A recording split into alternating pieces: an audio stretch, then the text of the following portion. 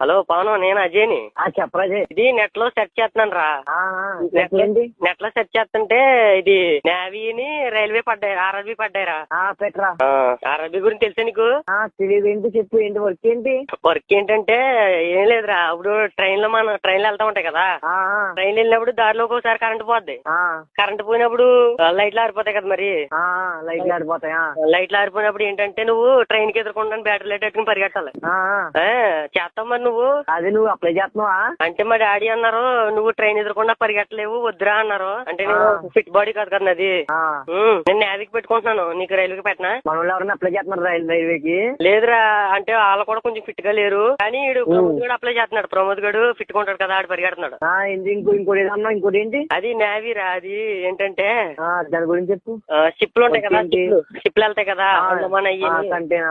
అయ్యి దారిలో ఆగిపోతా ఉంటాయి. ఒకసారి ఇంజిన్ ప్రాబ్లం వచ్చినప్పుడు వాటర్ ప్రూఫ్ బెల్ట్ ఇస్తారు ఒకటి, మనం మునిగిపోకుండా.